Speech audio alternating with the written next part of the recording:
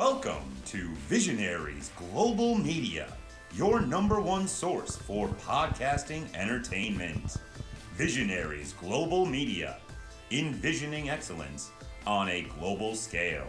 Band from Ringside. Tonight on the Band from Ringside podcast, Jon Moxley is your new IWGP World Heavyweight Champion. We got your AEW Dynasty predictions, and your boys are going to be in the building. Rhea Ripley has to vacate her heavyweight championship. Tama Tonga makes his entrance into the Bloodline. Chad Gable turns heel. That and a whole bunch more tonight on the Band from Ringside podcast. Is Rhea Ripley a heavyweight? Yeah. Okay. Well, I don't know.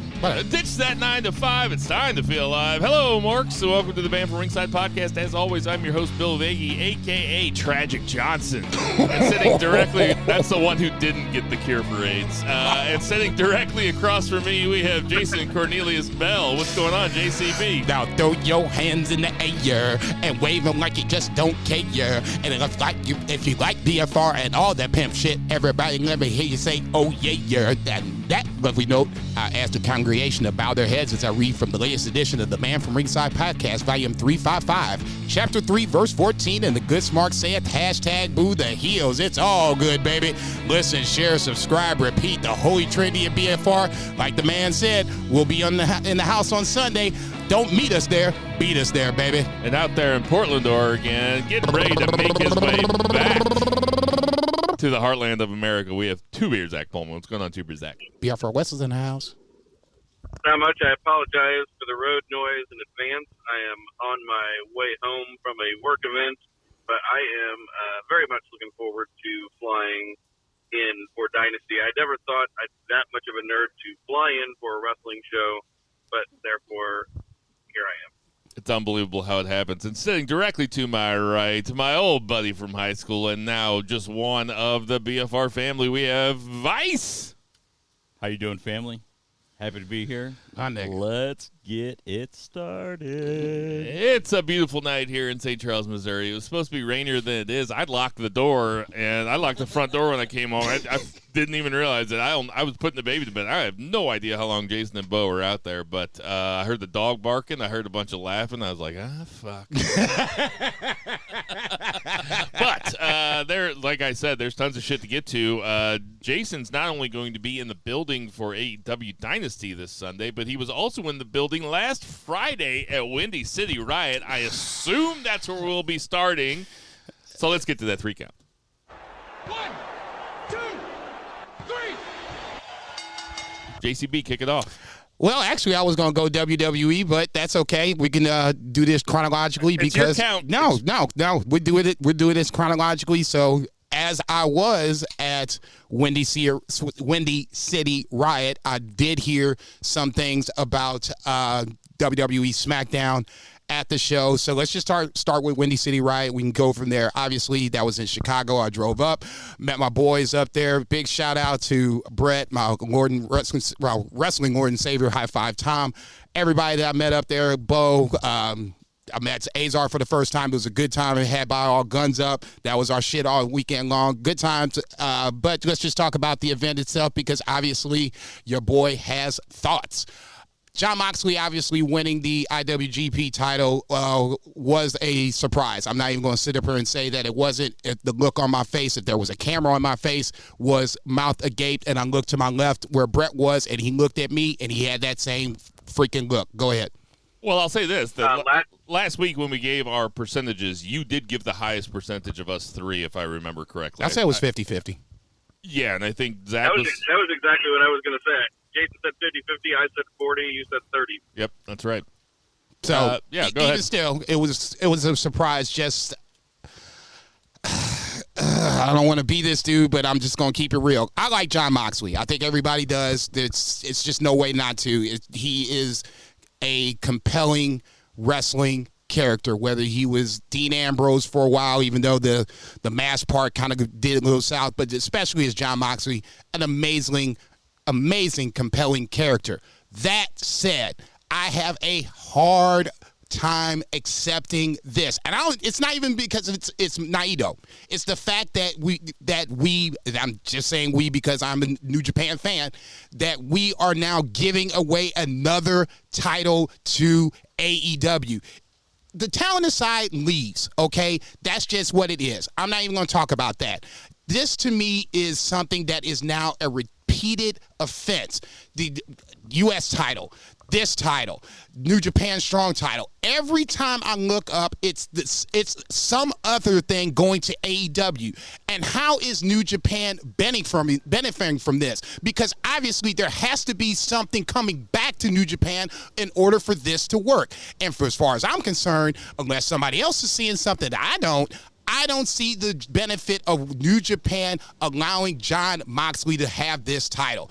It's great for exposure, but are they going to get subs out of this? Because ultimately, that's going to be the play. If they're not, then why are we doing this? It's a check mark for Jon Moxley. That's great. So he's championing, every freaking known wrestling organization known to man. That's great. What about New Japan? At some point, it has to work for New Japan, or otherwise it's just not working.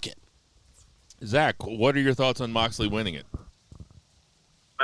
Actually, I'll just counterpoint. I thought it was a surprisingly good move that doesn't look as good based on other recent title changes where it seems like they're giving all of the titles to the Gaijin. So through that lens, it looks not as good, but just on paper, objectively, they do not have a bigger star on their roster than Jon Moxley. So if you just need him to work big shows and to draw houses and to respect the championship, I think it's a good move. Also, just Naito just seems like he's the ultimate chase guy. I'm never the guy that's like, this person shouldn't have the title because they're better on the chase. But it seems like Naito is just legendarily slotted into that role. But yeah, that's kind of my take on it. I was kind of surprisingly positive on it. Yeah, I'm surprisingly. Listen, to me, this is, while it looks like it should be in the same category as Riddle and Ziggler getting the belts put on them immediately, this seems a little bit less so, just because Moxley is a big star. He has respect everywhere. He respects New Japan. It seems like New Japan fans, there's not really anybody on the planet that doesn't like Jon Moxley. It doesn't seem like it. Jon Moxley has participated in a G1 before. He moonlights in New Japan more often than those guys just coming over. That being said, I was more shocked than I thought I was going to be. I was like, "Oh fuck, they actually did it!" And then my thoughts immediately went to how long is he going to carry it? Who's going to take it off him? And I don't know the answer to the first question. I think the second question is they are going to make somebody with it. I don't think that it's going to be I hope so. Jason's hanging his head. I hope that they make somebody with it. I don't want it to be Shingo. I don't want it to be Naito winning it back.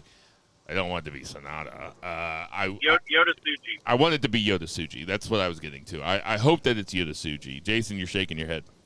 The obvious choice is the choice that nobody has said yet, and I'm kind of surprised, and I won't say disappointed, but I'll just refer Shooter? to. I'm sorry? Shooter? No. Zack Sabre Jr. This is a slam dunk. We built him up to this point. The fact that he won the TV title was like, that's the one. I'm just like, okay, so now what are we doing? That's where to me was the bigger swerve. I won't even say the bigger swerve, but the bigger, like, what the fuck? I don't necessarily like Matt Riddle, but I don't necessarily want Zack Sabre Jr. to have the TV title again. That's a horizontal move. Zack Sabre Jr. has paid his dues in New Japan. He has moved over there. He has learned the language. And you put the title on Moxley first? Come on, man. This is what I'm talking about. How long do you think he carries it?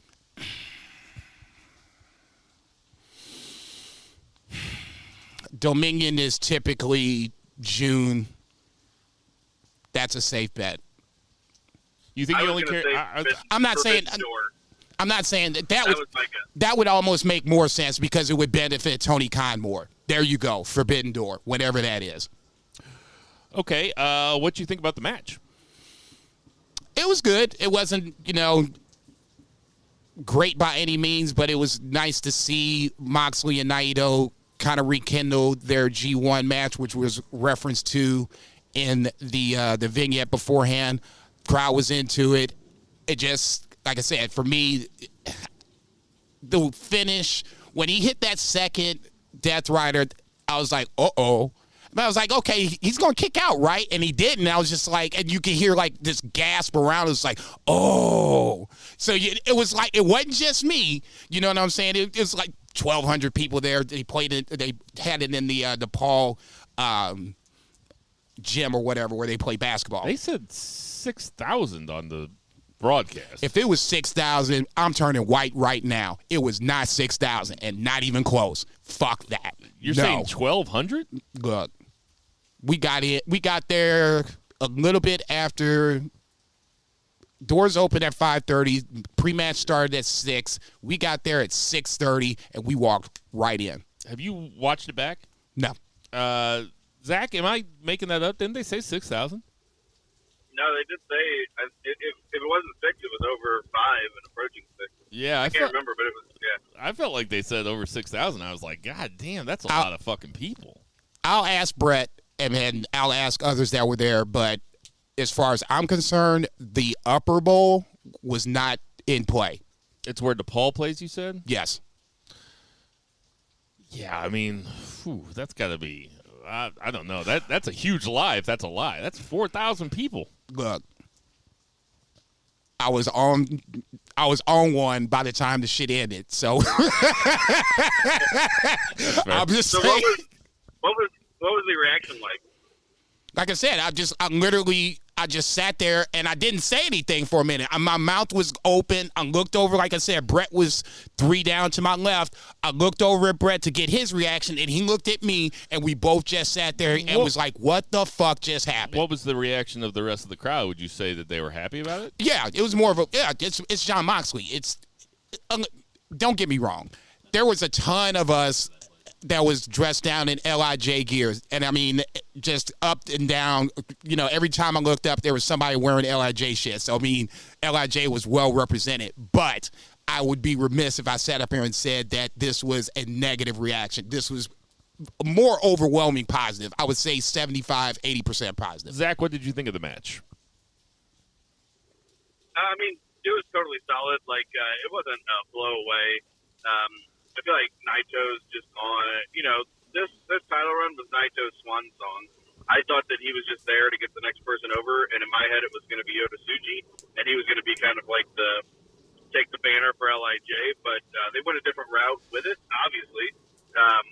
But, Naito is what Tanahashi was like 2-3 years ago. Like, he's at the end of his rope. He's still a legend. He's still fucking fantastic, and he's got so much charisma. He's got more charisma than really like 10 other people on the roster combined, but he's just not pulling that mean of shit anymore. It just ain't happening. Really. What do you guys think takes longer, the Undertaker's entrance or Naito getting undressed before his match in the ring? At least Naito's is entertaining. Circle gets the square. Tell him what he's won, Alex. Okay, so what about the rest of the card? I thought that it was a fucking really good event. There was I thought that Jack Perry and Shota Umino showed out. I thought that match was fucking awesome. I thought the crowd seemed super great on television or on my iPad, how I was watching it. But what you think of it, Jason? What was it like in the arena? No, it was easily and I would say even more so than the main event. I think that was the match that fans were just genuinely invested in. And Jack Perry just leaned into this motherfucker. Came out with the Chicago flag. Cry Me the River on the jacket. Played into the go to sleep towards the end. Jack Perry, I'll say this. Jack Perry at least reminded me why he's a good wrestler. And he made it get me invested into that match. Shota winning is probably the right move. He gets his receipt back. But I will say that Jack Perry was a more than intriguing heel. He leaned into it, and the match was probably one of the better matches of the night. What do you think about that match, Zach? I thought it overachieved. I thought Perry was finally a superstar for the first time in his life, even if it is coming off the back of a controversy in the counterparts of the controversy's hometown, which really kind of made it all work. But they really overachieved, and I was a little jealous because before they announced Dynasty, I had considered flying in for Windy City Riot. I talked to Jason about it, and I almost did it. But then they announced Dynasty. But this was a great card overall and a really fun show. Really the most fun I've had with New Japan show in a very long time. Since Wrestle Kingdom, really, I think. Zack Sabre Jr. wins back the TV title from Matt Riddle in another spectacular Zack Sabre Jr. match. Matt Riddle was getting booed. I was like, damn, what did he do? I don't think that Matt Riddle comes across as very likable. I think that when you throw in the real life stuff and his attitude, if you throw in the real life stuff, it really sheds a different light on his character and makes him let that man live, dog. Pretty hateable. But he can certainly go, and he was game for Zack Sabre Jr. style match. This was a Zack Sabre Jr. style match, and Riddle hung with him the entire way. No question about it. And the bad part about it is this was a 15-minute time limit. But the good part about it was a 15-minute time limit. I would have loved to see them have the 30 and them go 20, 25 or whatever the case may be. Neither here nor there. I'm sure they've done it before. I thought for sure it was going to be a draw. I was leaning that way until, the quick finish or whatever. And then, by that point, I was like I said, just disappointed. I don't understand. Matt Riddle having it is like having the TV titles like Dolph having the global title. I guess this Moxley for the IWGP, it's exposure, or, the attempted, trying to get the exposure to New Japan. I get it. This just didn't make sense. There are so many other guys back in the New Japan locker room that could benefit by beating Matt Riddle. Zack Sabre Jr. beating Matt Riddle is kind of like, it was cool. It was a good match, but ultimately in the grand scheme of things, it doesn't mean anything. What do you think of it, Zach? Yeah, I agree that it does seem like a horizontal move. It surprised me. I fully expected it to be a draw. But as far as, the match itself was good, but it was kind of the most baffling thing on the show. Not, super negative, but, it was just, I was very taken aback by it. I think that the other two matches that are worth talking about. Well, I had a lot of fun with the Four Corners Tag Team match with TMDK going over. My boys, TMDK. I was waiting for you to say something. My about boys, this. TMDK, getting the getting the belts, and then we have the dissolution of. The West Coast Wrecking Crew turns against the Lawler family. I wouldn't even say that. Well, it was Team Filthy at one point. Thank you. Tom Lawler being the head of it, obviously.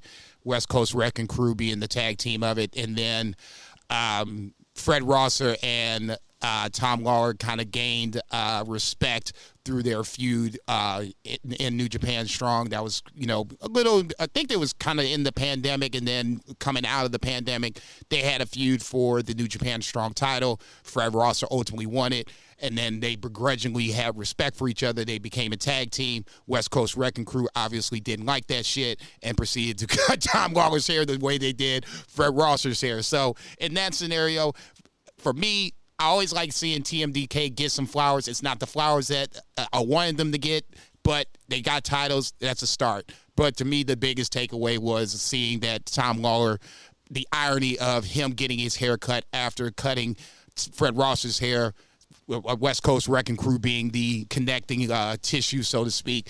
It was an interesting angle at the end. I didn't see it coming. I was just like, God damn, oh shit. So now that had me interested to see where this goes, if it goes anywhere at all. Zach, thoughts on that match? Only lasted 10 minutes. Match was fun. The hair eating angle, like, you see guys, like, agree to do, like, crazy, like, table bumps and stuff, but, like, who's going to agree to eat fucking hair? Yeah, that's where I'm drawing the line, player. You're going to eat a man named Filthy's hair? His name is Filthy. I gotta say, like, yeah, I'm not eating anybody's hair. Nah, fuck all that. I don't even like my eyelash hair in my motherfucking mouth. I'm just I don't even like a fucking pubic hair stuck in my teeth, and that's usually from a very positive experience. What, drinking Anita Hill's Coca-Cola? Or just reliving high school moments. I just made a Clarence Thomas joke. I don't know if anybody's gonna get that. there's somebody out there's gonna get it. We had Mustafa Ali goes over Hiromu in 15 minutes and 8 seconds. What you think about this match, Jason? Probably the second biggest pop was the hometown hero coming home to Chicago. I thought this was a really good match. I wish it had went a little longer. Mustafa Ali coming up. I didn't know Takahashi was from Chicago. Yeah, dude. All bullshit aside, man. They never say it on New Japan World, but this is my investigative report, and little nugget for you. Journalist. Yeah, right. No, I thought this was really good, man. Mustafa Ali post-match cutting a promo. If you haven't seen it, you should kind of go out of your way to check it out. Basically just runs down all of wrestling, runs down New Japan, says you can't have the best of the Super Juniors without the best Super Junior in the world. I thought that was really good. Step for step with Hiromu all the way through. Mustafa Ali is going to be one of those guys, and by the end of 2024, we're going to talk about, maybe not as Wrestler of the Year, honorable mention, but he's going to keep his name around in some form or fashion. Fingers crossed, somebody doesn't get hurt, but drops out of the Super Juniors, and we can slide Mustafa Ali. So right now they've named they've named the blocks for their BOSJ, and he is not in it. No. Put him in the G1. And then we have Nick Nemeth defeats Tomohiro Ishii. I gotta admit, this is who I want to see Nick Nemeth wrestle, is Ishii. Him punching Ishii 8 times in a row, Ishii no-selling the shit out of it, and then him acting like he got fucking shot when Ishii hits him back was really fun. The artist formerly known as Dolph Ziggler. Jason. Yeah. This is why I like Ishii. This is why I like his matches. It's the no selling that ultimately gets everybody hyped up, and it's like, you fucked up. And as soon as the crowd started chanting, I looked over at Brett. I shook my head. I was like, yeah, he fucked up. And it was on from that point on. It's so entertaining just for the fact that the only thing I'm going to say about this is just I wish it was for the title. That's it. I know Nick Nemeth was going to retain it, but I mean, he came out, he's wearing the shit. We don't ever see the motherfucker on New Japan. Now it's here. Have him defend the shit. Outside of that, I thought this was probably one of the more entertaining matches of the night. Always good to see Ishii in a match. Needs to be in every G1 until he dies. Zach, what'd you think of it?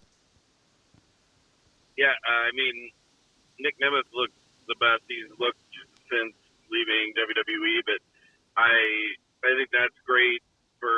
It's an attribute to him, but really Ishii just gives everybody the best match that they can have on that night. So seemed like a styles clash on paper maybe, but it really worked out. Meltzer described guys that leave WWE, and I feel like this is actually pretty accurate. He's like, there's 2 types of guys that get cut from WWE. And he's like, there's the guys that just coast on their name, and there's the guys that, like, prove that they're legitimately some of the best in the world, and they grind. And, like, Mustafa Ali and Nick Nemeth are both those latter type of people where they're just like, fuck you, like, I'm good, and I'm going to, like, show the world that I'm good. And it was really cool to see both of them on the show having fantastic matches. It was kind of it's kind of cool. Like, when we started the podcast, like, start covering New Japan, like what do we always say? Like put Dolph Ziggler in the G1. Put Dolph Ziggler.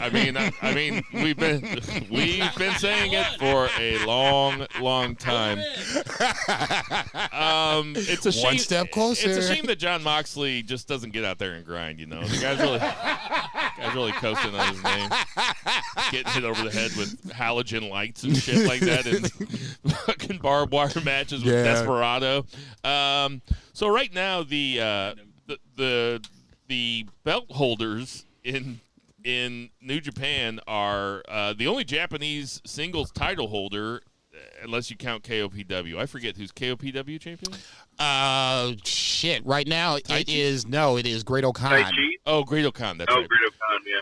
So if you count that, but the only Japanese person that holds a singles belt, I believe, is Tanahashi, right? He's got the never?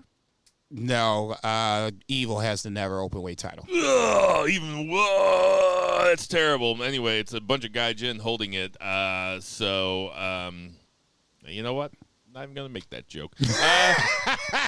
Jason, I was going to say a new gaijin pro wrestling. There you go. Jason, I'll let you go first. I want you to give this event a grade. What was the best match in house? And are there any other highlights that happened in the arena that maybe didn't come across on television, or maybe happened dark or something? Azumi was in a dark match. That was cool to see. I would never thought I would see her live. I thought I would have to go to Japan and see that. So just on the Stardom tip, I thought it was nice to see. Jack Perry, obviously, I thought, like I said, that was the biggest pop. Everybody was involved in that. Mustafa Ali, Hiromu, Nick Nemeth, Ishii, and then probably the main event were probably like the 3-4 matches that were probably most invested to least invested, quote unquote. I think you just named like 75% of the card. Well, I asked you for one match. Hey, man. What's the match? There you go. Probably the Jack Perry match was the match that wouldn't have seen that coming. No. Going into it, but it was tremendous. Show this over. Don't get me wrong, but motherfuckers wanted to boo the shit out of Jack Perry. Him and Matt Riddle were coming to get a pound of flesh taken off of him, basically. Give it a grade. Give it a grade, please. B. It was a solid B. It was a lot of good. There was just some the nitpicky parts. That's just me, but overall, I thought it was worth the money spent. Zach. For a show, yeah, I was thinking B or B plus, yeah.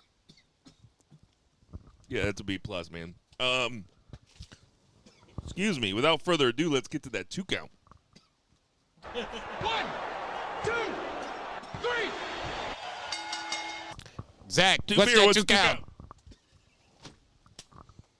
You guys can have my count because I'm still driving, so I don't have any notes available. Well, fuck it. I'll just do this 2 count. About to say let Boss Matt over here do some business. Now we can talk a little WWE. We can save AEW for the 3 count because that'll lead us into the predictions. WWE on Friday night, just as a little, not sidebar, but a bridge over. Shout out to Sharif. Saw him at the show, Windy City Riot, and he was the one to tell me about the debut of Tama Tonga. And my knee-jerk reaction about it was kind of like, what? Tama Tonga? I was like, I was kind of thrown back. I didn't know what to think of it, but I was like, okay, let me see this first before I have a reaction. Go ahead, Bo. Yeah, it was like, Ramaraga. Oh, wait. Yeah, so it was like, well, okay, shit. So I drove home and watched it Saturday afternoon. Man, well played, Chef Triple H. Once again, starting from scratch. This is for me, I guess let's just set the whole thing up, shall we? The Bloodline segment starts essentially with Paul Heyman coming out and saying that there's no excuses for the Bloodline losing. Basically, the better man won. That's the Roman Reigns line. So basically, we're going to work with that. Everybody tip their hats, no excuses. But as soon as Paul starts to say how Roman Reigns is going to take the title, Solo kind of stops him and it says there's consequences for losing, right? And then, now we have the issue coming up. He moves Paul aside and starts walking to Jimmy. And Jimmy's reaction, I know he just caught the work, but before he was like, me? When you walking up on me? Huh, man, I'm your big brother. And it's so good just on this new chapter where, it's Bloodline 2. Now it's the aftermath of Roman Reigns losing and the fallout from Roman Reigns losing. So as Solo and Jimmy hug, I kind of shook my head. I was like, here it comes. Samoan Spike to Jimmy. Tama Tonga comes out Tama Tonga comes in first, attacks from behind. I like the commentary that is new commentary. Old commentary to be like, who is this guy? We don't know this guy. New commentary is like, oh, that's Tama Tonga. He's from New Japan, or not New Japan, but from Japan, whatever the case may be, yada, yada, yada. So I like that part. So then, of course, Solo decides they're going to destroy Jimmy. And then you see Paul in the corner, and I'm like, is they going to give Paul Heyman some work? I'm like, wait, we need Paul Heyman in one piece for this. I loved how Heyman sold it like he didn't know it was happening, and he didn't know how to take it. Right. Should I be frightened of this? Zach, what did you think about it? Yeah, Heyman selling it was fantastic. Really happy for Tama Tonga.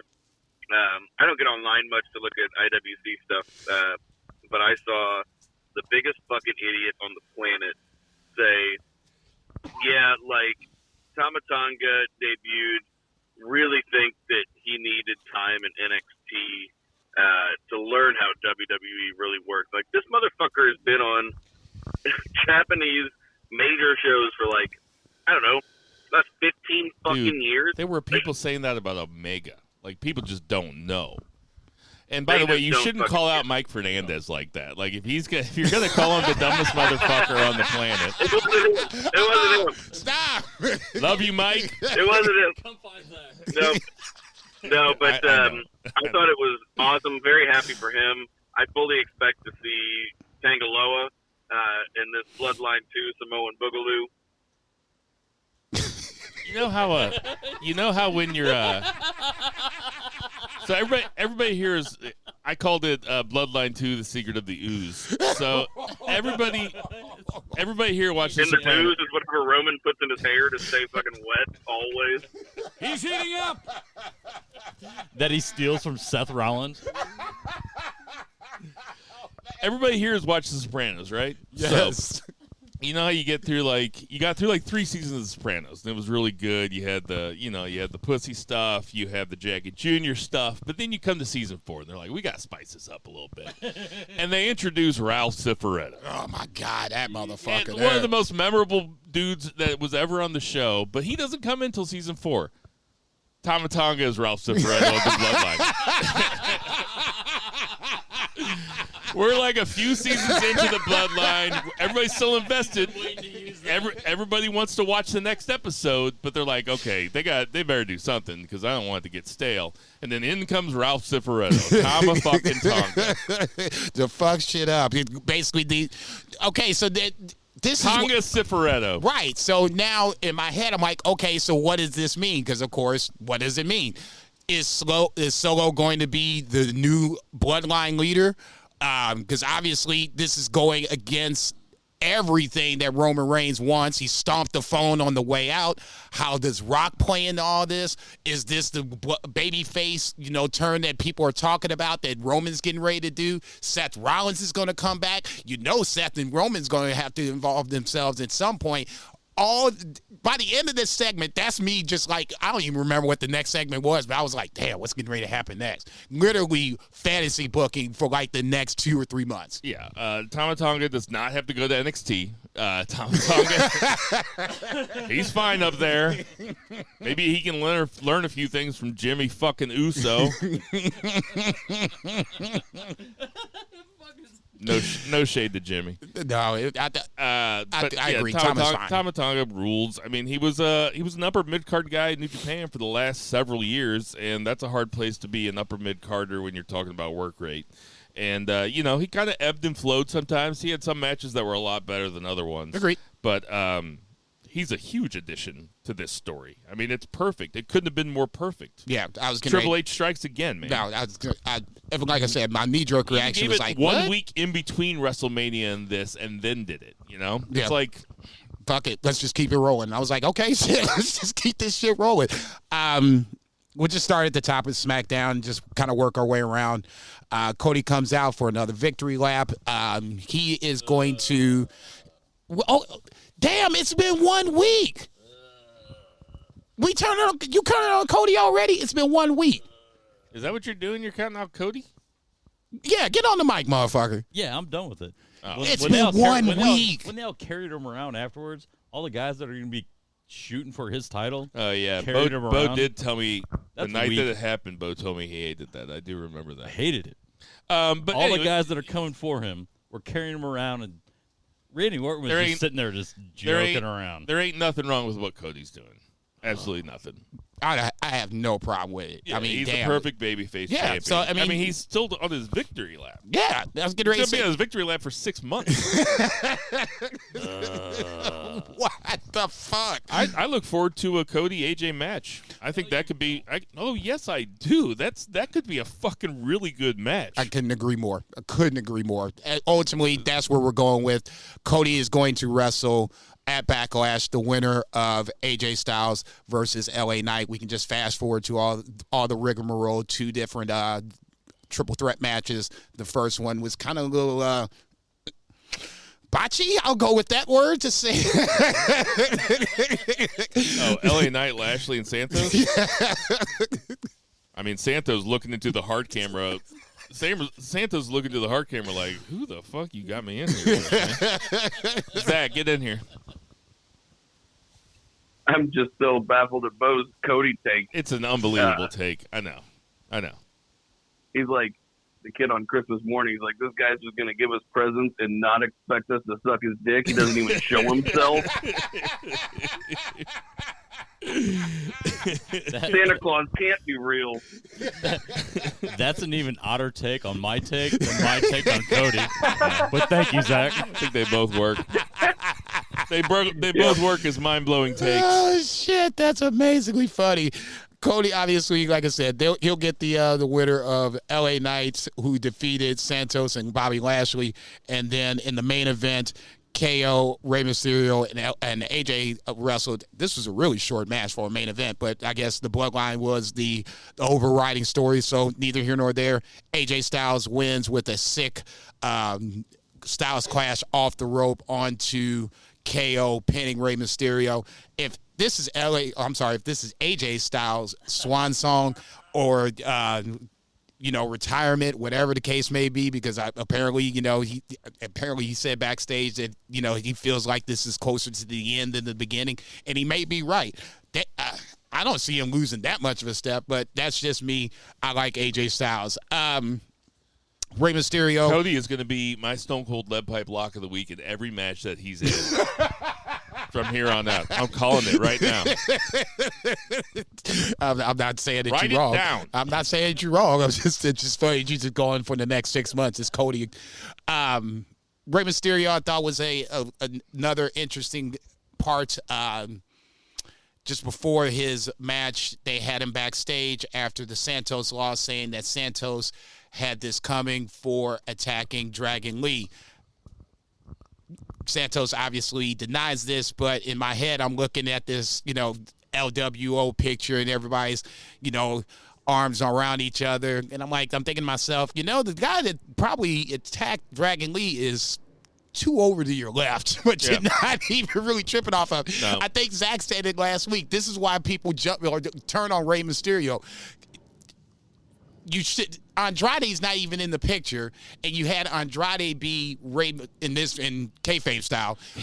Rey decided to take Andrade over his own LWO partner Carlito, who apparently Listen, you there is forgot no about. other way around it. Dominic is right. Ray is a dick. There's no other way around it. I guess that's where Ray's I'm going with it. character is a dick. Just say it's that meme where, like Zach said, this is Jason trying to explain why Rey Mysterio is a dick. There's no other way around it. Zach. I love it when the heels are right. Yes. It's so good. You ain't even lying. Braun Breaker returns back to SmackDown. I won't say it's his SmackDown debut, but he returns back to SmackDown, destroys Cameron Grimes. I remember Cameron Grimes in NXT. Maybe we should ship it back to NXT because this shit ain't working. Braun Breaker, obviously. Pour one out for Cameron Grimes. Yeah, man. I was about to say, what the fuck happened? I feel bad about that one. He seems like a real. He's an easy guy to root for. No, I thought I was thinking, maybe a mid card, run of some sort. Maybe it'll happen. I'd love know. to see more Cameron Grimes. Yeah, in NXT, I think is his sweet spot. That's just me. Naomi defeats Tiffany Stratton, so Naomi and Bayley will wrestle next week for the women's title. Nice little vignette with Grayson Waller and Austin Theory. That's just me. I got a little hope for these, at least this team for a little bit. They'll be the cocky heels until somebody knocks them off. Street Profits and New Catch Republic will be wrestling next week. The winner of that will wrestle Austin Theory and Grayson Waller somewhere down the line. I'm assuming it's Backlash. Jade and Bianca squash Chelsea and Piper Niven. Is this going to be the next women's tag team champions? I guess this is a good place to stop. Do you think that Tiffany Stratton's going to win the Money in the Bank? Actually, yeah, I can see that. I could totally see that. He's probably the perfect person. Yep. Win. I could totally see that. I had that thought the other day. I hadn't even thought about it, Nope. but that's a good thought. I could totally see that. She'd be great with it. Yeah. Always around, but never around. A bitch. Yeah. Always she would be. This is Money in the Bank perfection if you put it on Tiffany Stratton. Good call, my friend. Now it's not going to happen. It's not going to happen. You just fucked it up. Actually, you know what? Triple H. Yes. Okay, yeah. So Raw starts off with Rhea Ripley relinquishing her title, vacating the women's Raw championship or heavyweight championship. I don't even know what. Now you fucked me all up. I just had to fuck with you because you said heavyweight with Rhea Ripley. I don't think of her Is as she the women's heavyweight champion? I think it's like the women's championship and then the WWE women's championship. Okay. But anyway, she vacates the title. I'll just say what I think first is that this sucks that she got hurt. It seemed like a dumb way she got hurt. Like, she did all the work. Like, it was Liv throwing her into a wall, and I saw a gif of it, and it was like, oh, that's just all her. She was just selling like a motherfucker. But kayfabe style, this couldn't come at a better time. She doesn't have to lose the belt. She gets her big WrestleMania moment. This would have sucked if it would have happened a month before WrestleMania. Agreed. After WrestleMania, take a little break. Come back as a massive baby face and, have, Bianca win the vacate. Do not have Liv Morgan win the vacated title. Have, Bianca... Or I guess even Nia Jax, and then have you could have Bianca be a heel and have Rhea come back as a huge baby face, have a big SummerSlam match because I think it's going to be 3 months.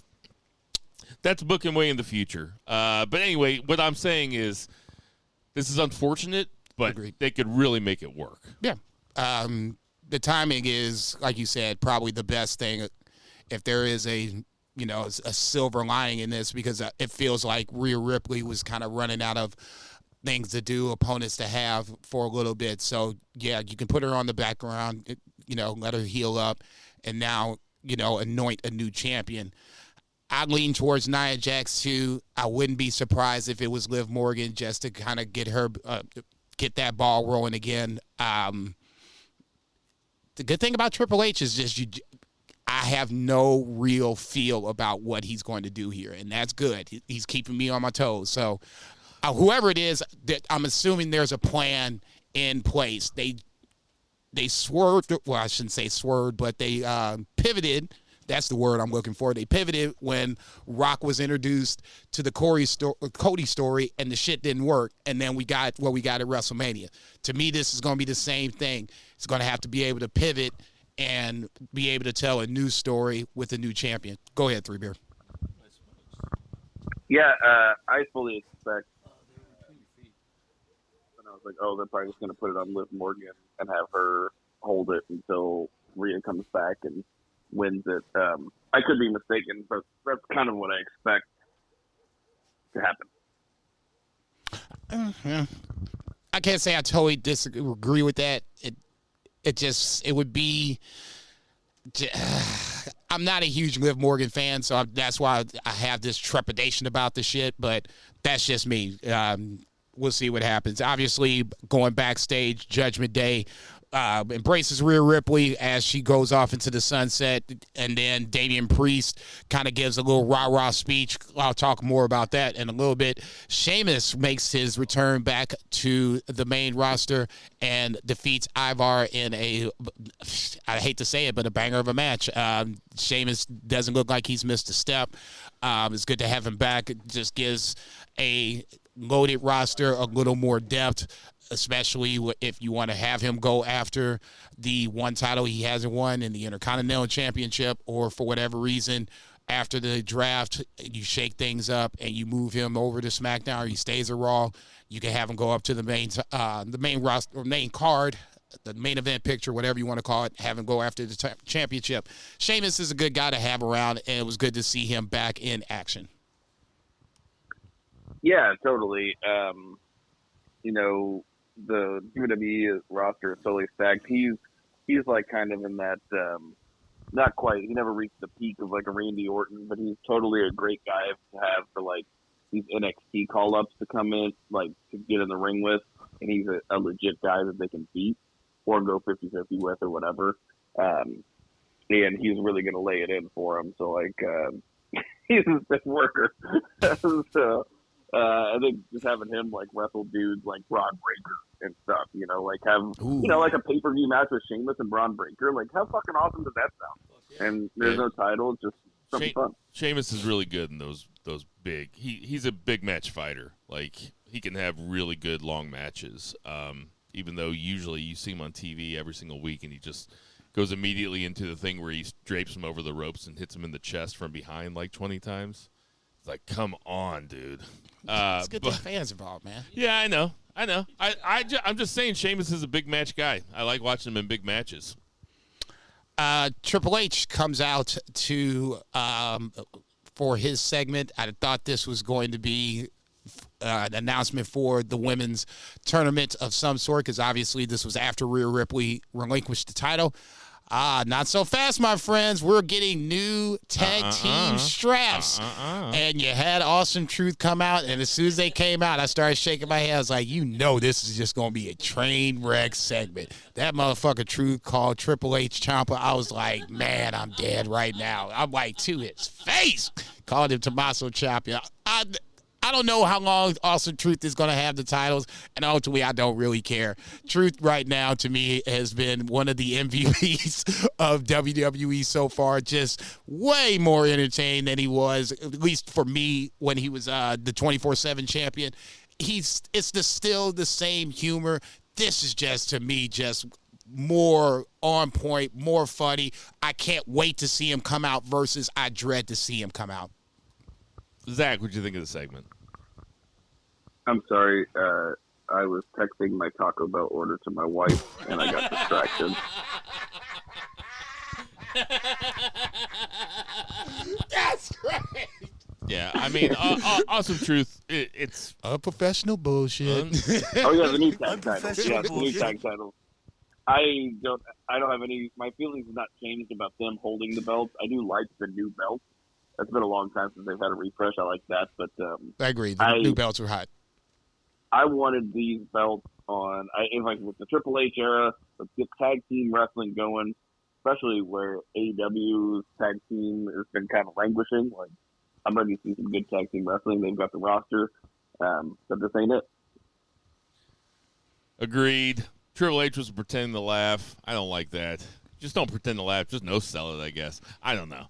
This segment, this was not for me. Oh, the segment was terrible. Like, Triple H was like, this is not good TV. I can't believe I greenlit this. Yes. I can't believe I put my face on it. I'm getting out right now. He left the ring. He did. His music didn't even play. He was just like, see ya. That's amazing. I don't blame him. I'm sorry. I just You can't tell me that. I did Triple H hit the real life fast forward button. I'm sorry. I giggle my motherfucking ass off through this whole damn segment. DIY wins the triple threat, so DIY will be next up for Awesome Truth.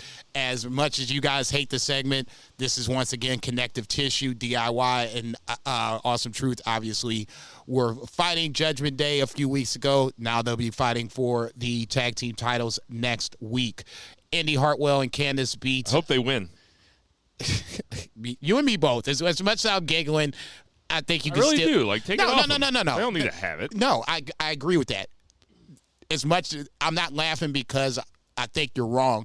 I'm laughing because even if they do lose being Awesome Truth is still going to be funny, at least in this version Truth of Truth. is great in chase mode. Indy Hartwell and Candice LeRae beat Maxine and Ivy. Indy looks like she's finally flipping heel. So be it. Damian Priest had a segment, vignette. Chad Gable had a vignette. Probably should have saw that one coming right there, but neither here nor there. Andrade defeats Dominic Mysterio. I'm not sure what the fuck's up with that, but Andrade just feels like he's been in this weird holding pattern of some sort since he's come back. This feels like his AEW run all over again. We'll see what happens. Jey Uso has his segment. Chelsea and Piper Niven actually win a tag team match. They defeat Caden Carter and Katana Chance. You going to say something? No. I was just looking. No. Not a whole lot happened till the end. Liv comes out, says it's karma for Rhea Ripley to get hurt. That made me just hate her that just a little bit more. Not saying I liked her to begin with, but now I want to see her get her ass beat. Sorry, not sorry.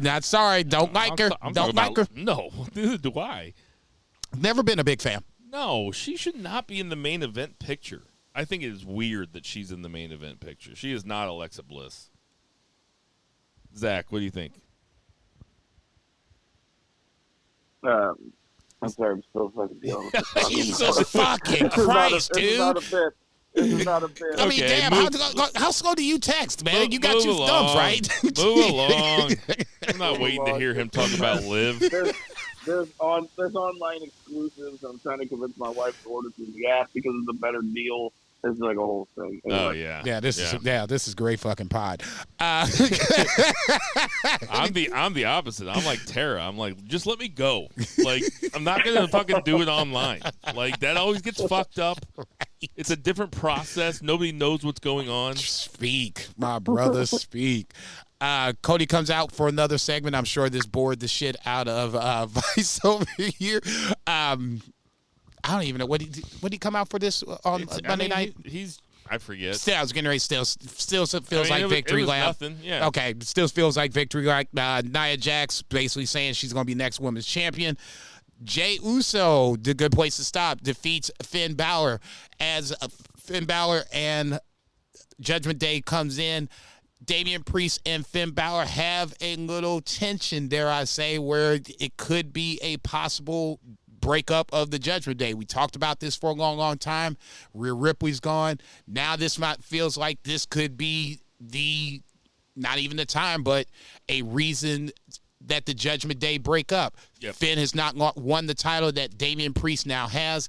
You can easily see Finn kind of gave Damian Priest a look backstage too when Damian Priest kind of bossed him around. He was like, "All right, dude." Like, because he went up to Priest and he was like, "We need to go back and get those tag titles." And Priest was basically like, "Okay, I'm above that now. Like, you go worry about these guys." And Finn gave him a look. Finn's gonna turn on him. I got no problem with that shit. My only concern is where's Dom going in on this? Who gets custody of Dominic Mysterio? God damn it! I mean, that's a great question. That's my only question. He's just gonna wait in the cuck chair till she's good. This motherfucker. Vicky Guerrero's gonna pop out and say, "Excuse me."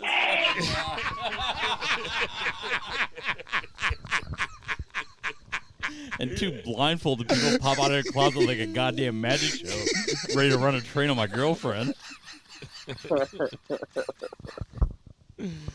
I'm fucking dead. Obviously, we talked about it. Women's title is going to be determined next week in some form or fashion. I'm guessing it's a tournament. Has anything come out about this yet? Any details? Nope. Didn't think so. Main event time, Chad Gable versus Sami Zayn for the Intercontinental Championship. I thought this was obviously the match of the night. It got me, drew me in, and the big question of questions, did it swerve me? Fuck yeah, it swerved my ass, because I was like, okay, this is cool. Chad's going to walk off again. I'm sitting there like, man, that's a hard-ass loss. I'm kind of shaking my head or whatever, and the next thing you know, I see Sami Zayn going backwards. I was like, what? Oh, that This did not is perfect. swerve me at all. No, I was waiting swerved. for it. No, I was swerved like a motherfucker. No doubt about it. I would love to lie and said I wasn't. I was totally in the moment. I was like, cool, there's Sammy with the wifey, and then, oh, never mind. There he goes, going backwards. Zach, don't forget to ask for sauce. What'd you think about this? Yeah, it was. I watched a lot of wrestling in the background. And this was just one of those things that was in the background for me. Very busy week, so unfortunately, some stuff gets lost. Gable, right after he turned on Sami Zayn, apparently Julius Creed tweeted out, I'm ready, willing, and Gable. So there are rumors that Chad Gable is going to join with the Creeds to do like a team angle 20 years later type deal, which I'm here for. Yeah, let's do it. Fuck it. That would be great. The Creeds can be tag team champions. That would make total sense, and they can be the muscle behind Chad Gable. Chad Gable will be easily instant heel. It was the perfect place to do it in Montreal. It makes too much sense. Do it. Chef Triple H. What a great stable, man. That would be. Yeah, that would be I'm great. already looking forward to the shit. Yeah, I hope that it wasn't him just going into business for himself and like trying to put the seed in Triple H's ear, like, hey, what do you think about this? But it makes so much sense that it's almost like once you hear it, you're like, oh, you guys gotta do that. That's what I say. You fucked up the Hurt business. Now give me this shit. Okay, that's gonna do it for our 2 count. 1, 2, 3. We're gonna have predictions coming up, but let's just do the week of AEW television. So the rest of this show will be AEW centric. If you're listening to us wherever you get your podcast, please do us a favor and go ahead and give us 5 stars, maybe write a review. It would help out a whole lot. I mean to say that every week, and I never say it. Look at you. But anyway. So only 355 episodes. You just starting to nail it down. Ain't that the sad truth? So I kind of want to skip. Collision was pretty skippable. Not a whole lot happened. Blackpool Combat Club promo. House of Black versus Top Flight inside Dow. Jericho and Taz start kind of getting into it. They were giving the Shane Taylor. What are they called? The Shane Taylor Productions? Mm-hmm. They're giving Shane Taylor Productions a ton of TV time. Ton of L's, too. Yeah, it's a ton of L's, too, but, that works out. I don't know. In the land where wins and losses counts, this don't look good for Shane Taylor Productions. Anything to say about that, Zach? Yeah, I mean, Shane Taylor's one of those guys that he's just a big, impressive dude that not only can throw some guys around and beat them up, but he also sells really well whenever it's time for the person who's going to win to make a comeback. He's really like just a fantastic guy to have on your TV losing, but it is maybe perhaps advantageous to balance that out with a couple wins. But their roster is very deep, and it seems like folks get slotted pretty often. It's been weird. It's kind of imbalanced. Like as a whole, AEW, there's been a lot of 50-50 matches that shouldn't be 50-50. And then there's been a lot of, like, not as much, like, squash matches as there should be to, like, build new stars. Yeah. And then there's people that look really good in losses a lot. And it seems like it's very patterned. And I don't know. I think that there's been a little something missing. And I think part of it is just not enough people going over decisively. that makes sense. I mean, I think that's a really fair criticism and one that kind of gets lobbed at them quite a bit.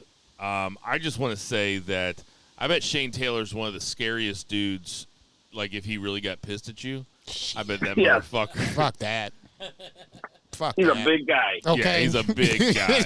That's dude. Like, if you stepped on his shoes at the bar, you'd be like, oh, no. Dude, man, I'm sorry, dog. I'm sorry, man. I'm sorry, man. You want a drink? I got the next one. You like Jameson? I got you. Bill, get down here. Like, if I saw Karrion Kross, I'd be like, fucking clean your shoe, dude. My bad. If I saw Shane Taylor, I'd be like, what can I do? You stupid. I'll buy you a new shoe, sir. I was going to say, just for Collision, the wrestling I thought was really good on Collision. The matches that they had, I thought they were good when matches. I see Daniel Garcia getting ready to fight Serpentico, I'm like, man, I should really watch this match. And then I'm like, man, I ain't got time to watch this match. Like, I bet it was good. It was Angelico, first off, but yes. Oh, Same my concept. bad. I was like, wait. I was like, did I miss that? And I was like, oh, No, he just made the wrong. Did he come out with Serpentico? Yeah. Okay, all right. See, I told you I fast-forwarded. No, I was going to say, I thought the matches were good. Tony Storm and Azumi. Which one's Nick and which one's Matt? Yeah, right. I thought that Tony stood Storm out. and Azumi is so good. Like, Azumi on AEW is such a shot in the arm for their women's division. She's just the greatest. No, I love her. You got Yuka Sakazaki there, so I mean, when Azumi does go back, you do have somebody in place that can be similar to that. It's up to Tony to make it happen, Kevin. Oh, yeah, it's my count. Yeah, motherfucker. Thunder Rosa. God damn, man. It ain't the Jason show this week. There's three other people running around here. Thunder Rosa comes out and cuts a babyface promo. I'm officially on the I don't get this train. I do not get Thunder Rosa. I forgot for a minute that there was actually a tag team called Thunderstorm, which is perfect. I forgot about that, too. Very great in retrospect. Wait, No. they were a tag team? Yeah. For AEW? Yes. As soon as she said that, I was like, oh, yeah, I do remember that. Oh, man, I have no recollection of I that. totally There's remember just that. no women's tag matches in AEW. True. They should do that, like they just do like a singles match. Like they do a lot of men's multi-matches, but I don't know. There's only like 2 storylines that were going on for the women anyway. So, Amen for that. So I'm skipping a lot of Rampage. I'm skipping Battle of the Belts. Skip it. Battle of no belts. A single, actually legitimate belt on. It was all ROH belts, right? Belt. Well, there was the FTW belt, which is not recognized. There was the ROH belt, and then there was a non-title match with a champion in the match. Yes. Roddy Strong's match versus Rocky Romero was an eliminator. Oh, well, that's not. They just make it for the fucking belt. Thank you. It's just time. It's time. For what? To add another hour of television? No. Oh, if you want to do that, then just do better than this. They should make Rampage 2 hours. Thank you. Do that. If you want to do something, do that instead of this. But they should still have Collision, though. Yeah, I'm not saying get rid of Collision. They should have another show. They should have another show on Thursday. That's maybe just like an hour interview show or something. No, they do good with the talking segments with the time allotted. Maybe they could do like nightly, like in the Tonight Show slot. Oh, Jesus Christ. Go, moving on. It's a lot of fucking television, man.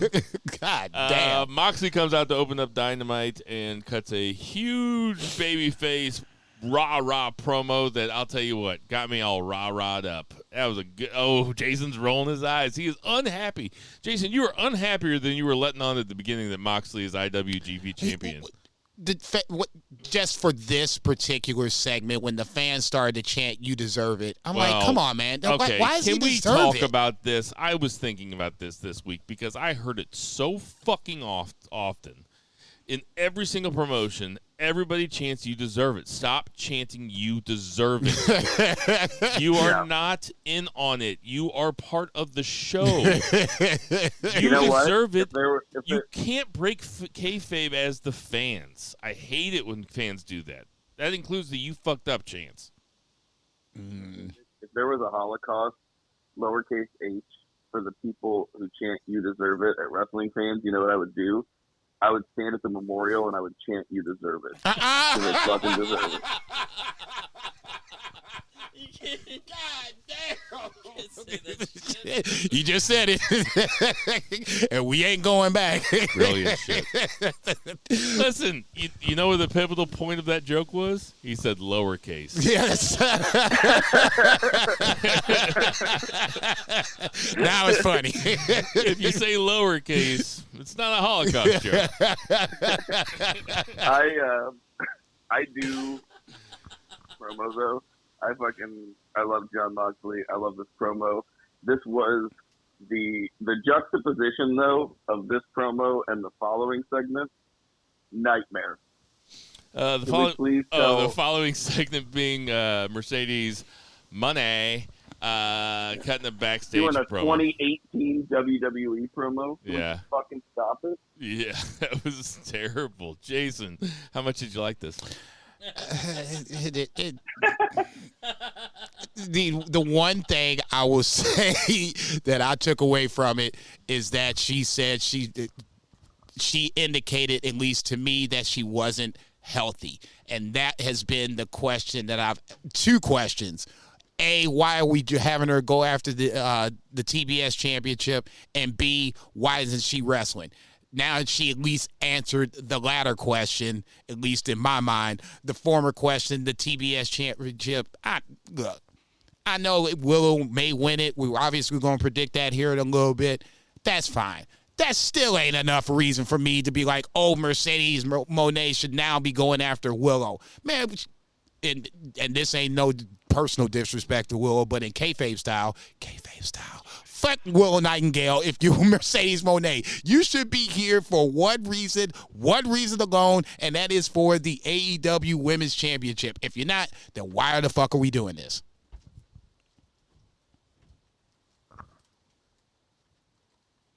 Yeah, I really don't like what Mercedes has offered AEW so far. She is driving down her value. She is losing money. She really is. losing Monet.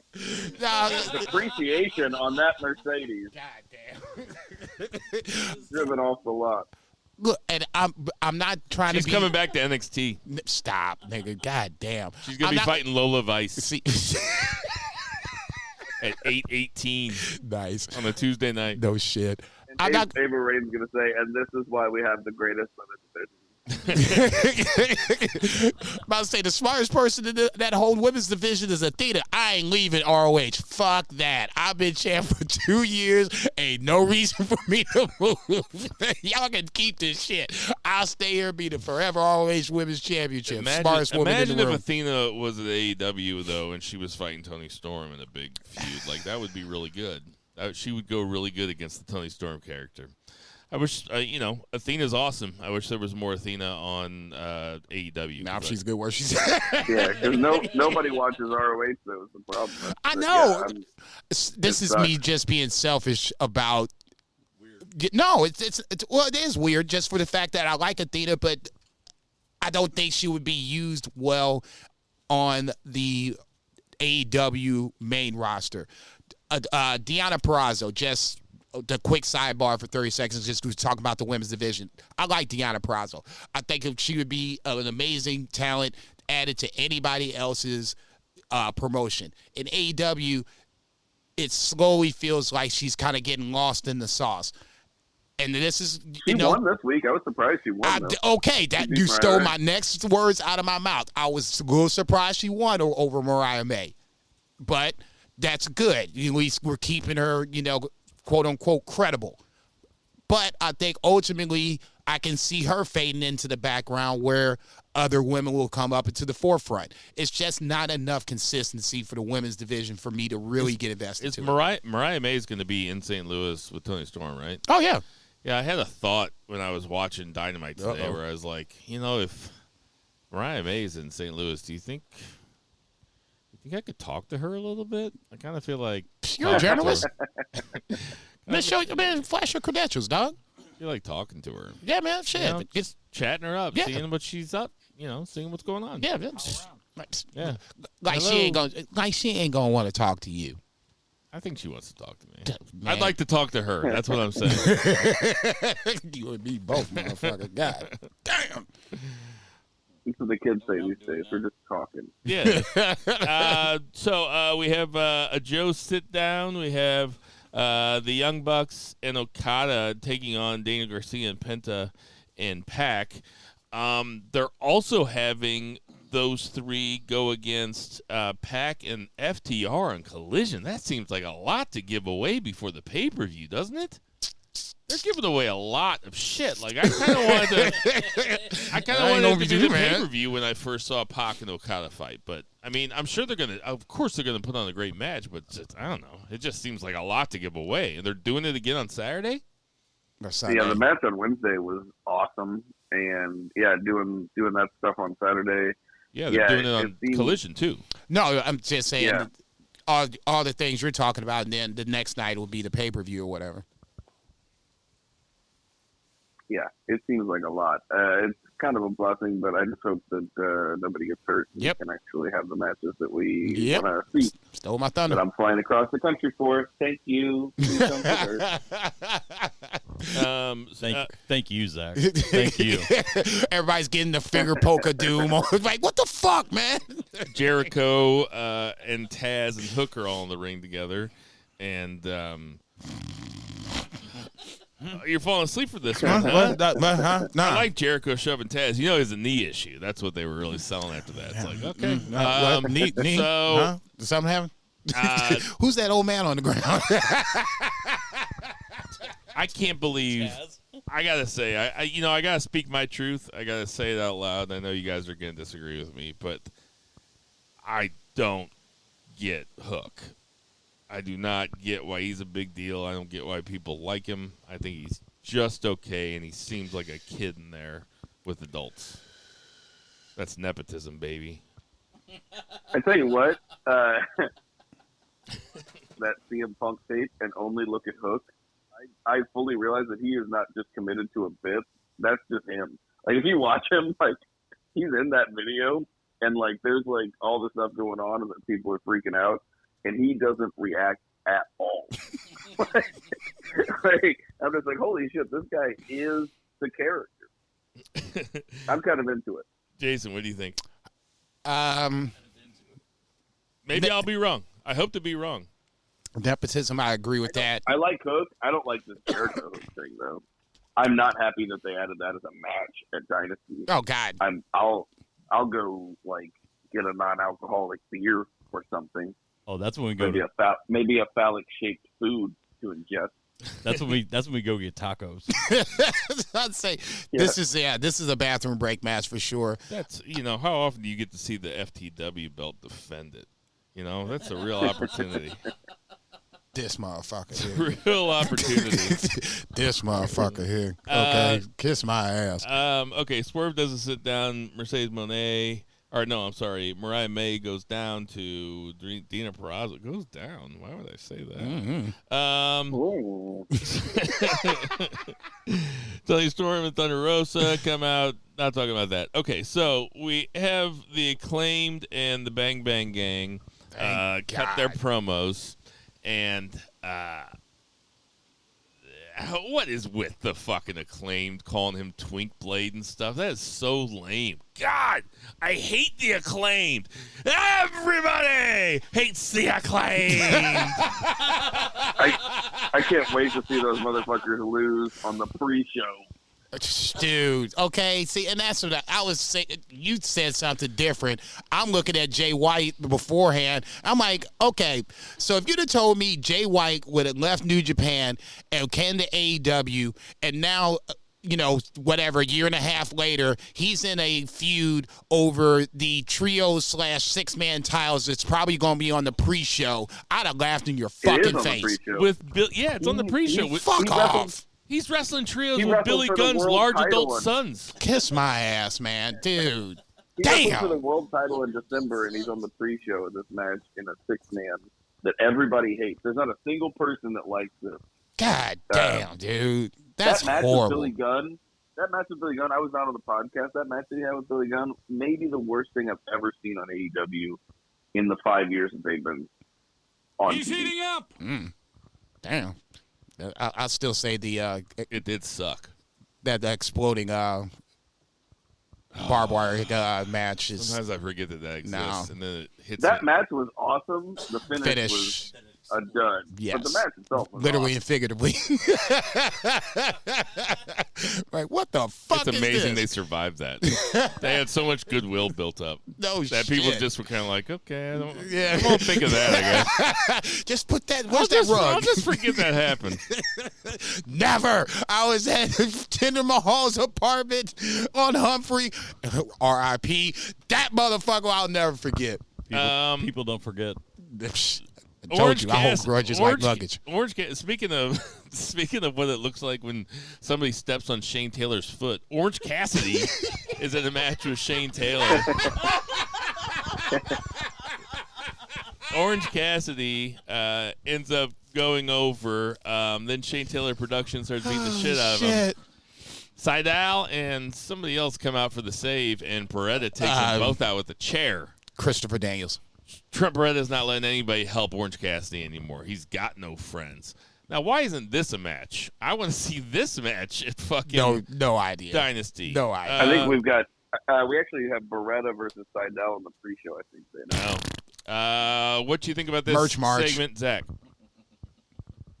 I mean, at least it moved the storyline forward in the best friends thing. Like,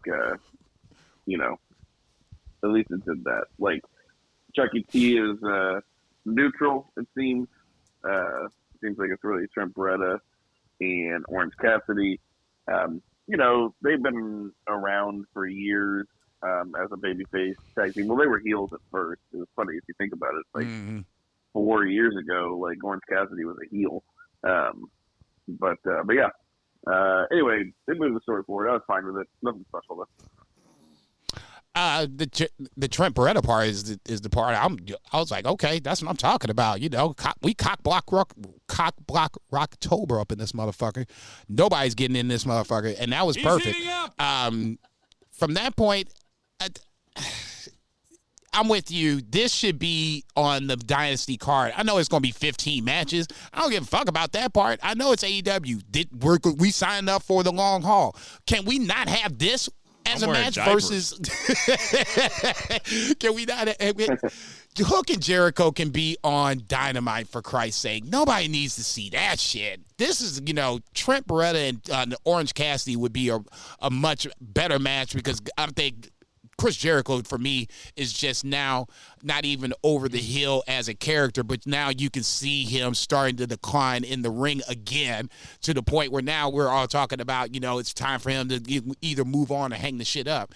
And then finally, in the main event, we have a match that you probably never thought of it. When you saw it was the main event, you're probably like, motherfucker, this seems like they're giving this away for nothing. But No. Give that shit away. But it just feels like there could be a little bit more fanfare for the first Claudio Castagnoli Bill Ospreay match. Zach, what do you think about this match? This motherfucker. I know, right? Every absolutely baller. I mean, just think about it, like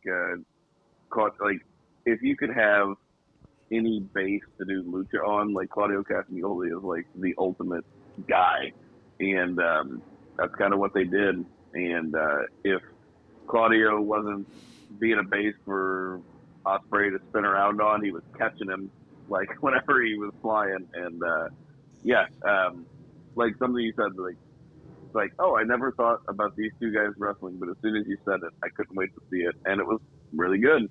And Will Ospreay is, I think he's solidified himself now, especially seeing him on weekly TV against all these different people. He's the best doing it now, and because wrestling is better than it's ever been, it probably means he's probably the best to ever do it. You know, I mean, Zach makes big claims, but Zach always has some pretty good reasoning. What you think about it, Jason? Oh, God damn. Okay, shit. That's right. Yeah, he Not said that it. this match was like match of the year or anything, but it just proves Ospreay just does it every week, and he does it differently. And he's going to do it Sunday. At least I hope he does it. I mean, you heard? Okay. Okay. No, I think we all know how great I think Will Ospreay is. We all do. I would almost push back a smidge on this and would say when Will Ospreay, when it was speculated and then when he actually signed with AEW, I know we talked about potential matches with Will Ospreay. I will be stunned if we did not throw cardio somewhere into that mix out of the first 5 or 10 guys we all threw out there. So that being said, I thought this was a perfect dichotomy of styles.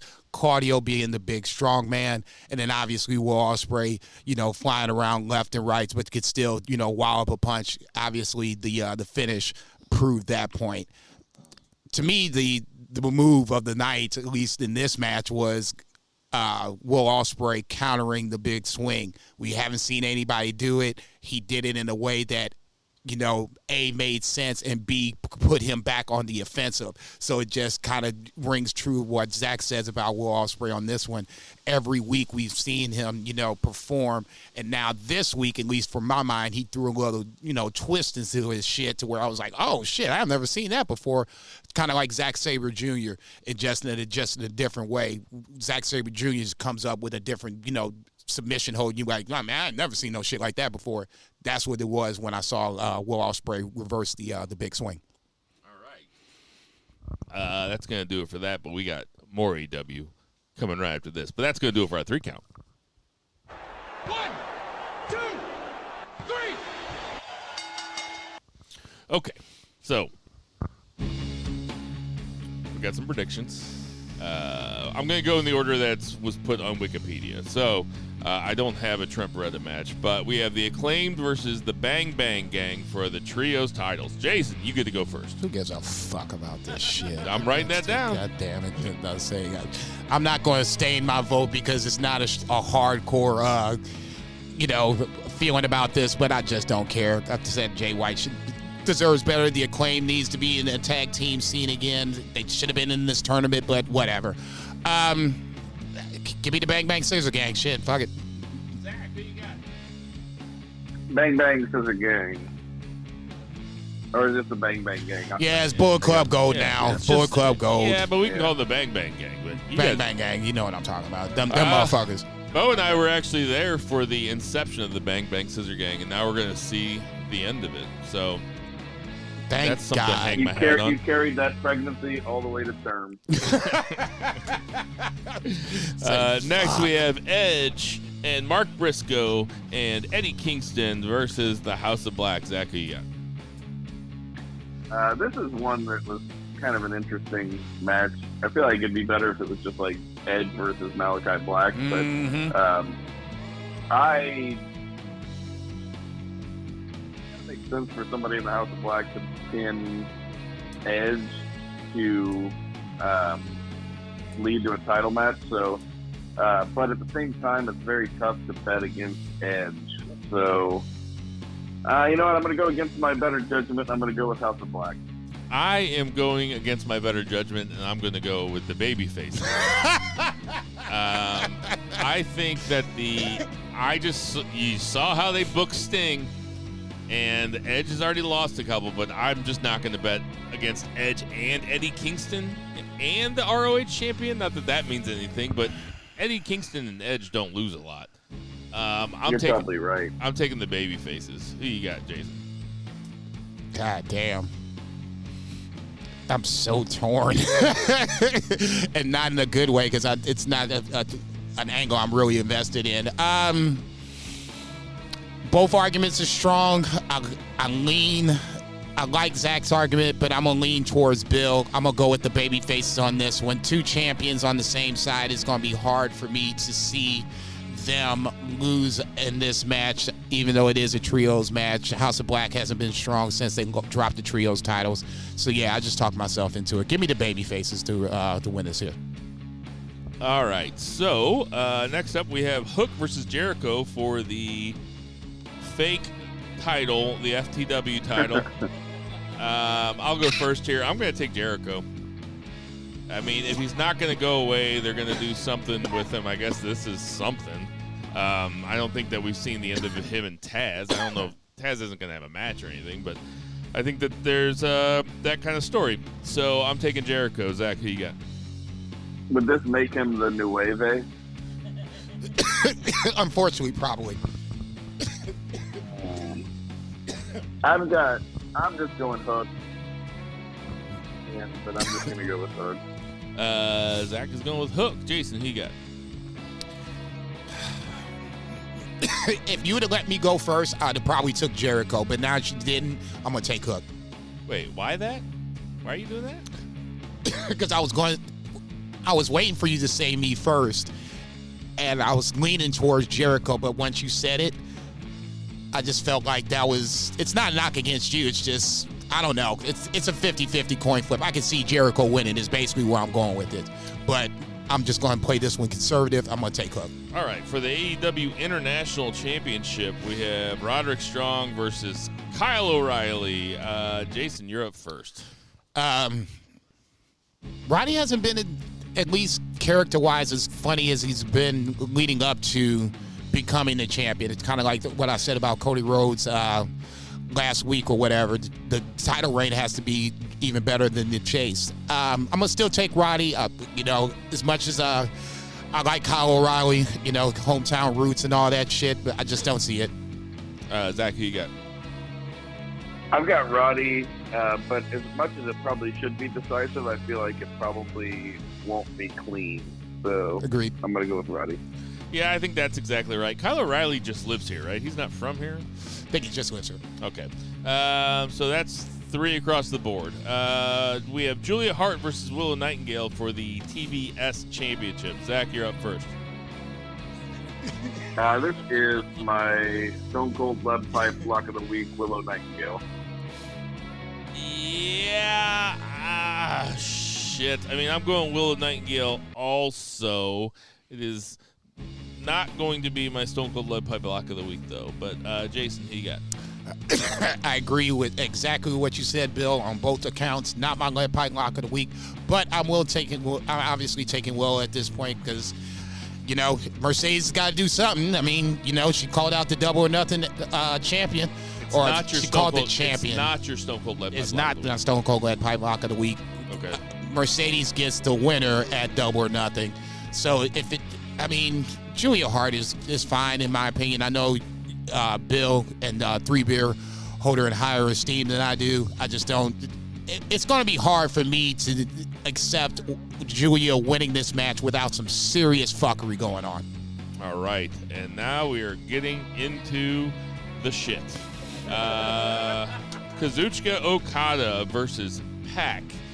Jason, who do you got? This is my Stone Cold Lead Pipe Lock of the Week. I'm taking Kazuchika Okada to retain the Continental Crown, the championship.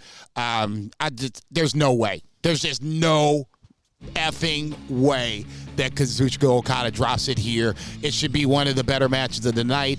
We already got a little taste of it on Wednesday. We'll get another taste of it on Saturday. For me, this is like New Japan. These are the little bullshit preview matches that nobody else but me watches. So I'm going to be invested into this shit. It'll just lead up to a banger-ass match on Sunday. I got Kazuchika Okada retaining. Zach, who you got? Yeah, it makes sense that this would be a Stone Cold Lead Pipe Block of the Week. It's definitely Okada, but I still cannot wait for this match.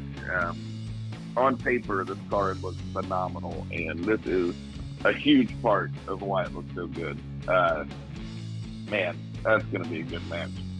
So I'm going Okada also. This is not what I was thinking of as my Stone Cold Lead Pipe Lock of the Week, but now that you say it, it should be. But because it's not originally what I was thinking, I'm going to stick with what I was originally thinking. But that's 3 across the board, Okada. Next up, in a ladder match for the AEW Tag Team titles, we have the Young Bucks versus FTR. Fellas, this is going to be good. I am very, very excited to watch this live because I know I'm gonna pay attention to it, a lot more probably. But I don't know who to take, but it's my turn to go first. I am going to take the Young Bucks to win these belts as the heels and have FTR, I don't know, go do something else. Zach, what you got? I've got the Bucks. I think this is going to be an all-timer. I think it's going to be a classic match. I think it's going to be something that we will talk about and remember very fondly for a very long time. It's going to be one of the coolest matches any of us have ever probably seen live. Whoever wins is going to be the first 3-time AEW Tag Team champion. So eat our dust, swerve in our glory. But it's going to be quite good. It is hard to set the expectations any higher than how you just set them. It's the Young Bucks FTR 4, so it's got to be high. Who you got, Jason? I thought about this for like 30 seconds. When Moxley and Cardio beat FTR, I was thinking right then that we'd get a Moxley Cardio tag team run and they would be AEW tag team champions, and clearly that hasn't happened. So now I'm looking at FTR and I'm thinking to myself, can I really sit here and think that are they going to be the next tag team champions? I mean, they had a nice little run in the tournament. They're obviously in the finals, but I mean, at a certain point, it's not like they, did it real convincingly. They clunked their way through to this point, and now I wouldn't say they lucked themselves into the title, the finals, but now we're here. The Bucks just feel like they're that team. Can you imagine if you had Kazuchika Okada having all 3 of the titles and then the Bucks having the AEW Tag Team Championships? That's a fucking picture right there. That's Undisputed Era times 2 up in this motherfucker.